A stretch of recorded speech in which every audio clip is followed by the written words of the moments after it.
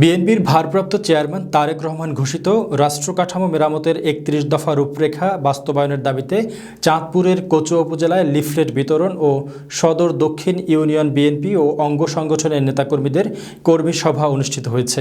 বৃহস্পতিবার বিকেলে উপজেলার আকানিয়া উত্তর সরকারি প্রাথমিক বিদ্যালয় মাঠে সদর দক্ষিণ ইউনিয়ন বিএনপি ও অঙ্গ সংগঠনের আয়োজনে ৩১ দফার লিফলেট বিতরণ কার্যক্রম উদ্বোধন ও কর্মী সভায় প্রধান অতিথির বক্তব্য রাখেন সাবেক শিক্ষা প্রতিমন্ত্রী ডক্টর আ.ন.ম এহসানুল হক মিলন।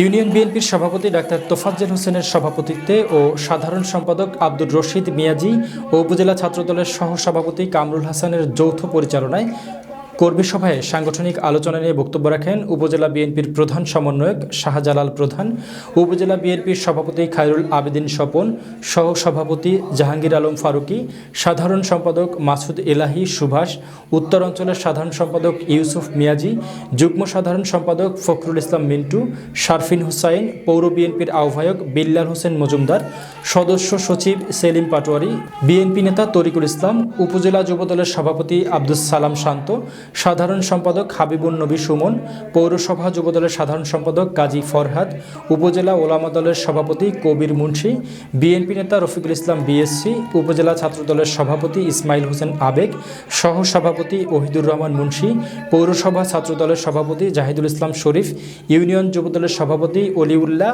ইউনিয়ন ছাত্রদলের সভাপতি প্রার্থী তোফায়েল আহমেদ সহ আরও অনেকে। সবাইকে ধন্যবাদ। আপনারা থাকবেন এবং কর্তৃক আয়োজিত আজকের এই কবি সভা সম্মানিত দেখেন তো স্টেট আলোকিত হয়েছে না? মিলন ভাইকে ভালোবাসি, কেন্দ্র মিলন ভাইকে আমরা কেন ভালোবাসি?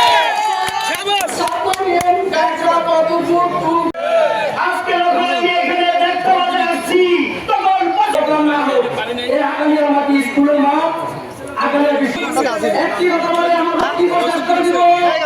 আমি বলছি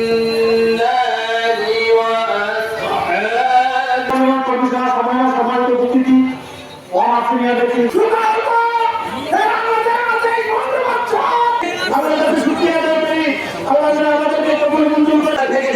তাদের ভর্তি করা আছে। আজকে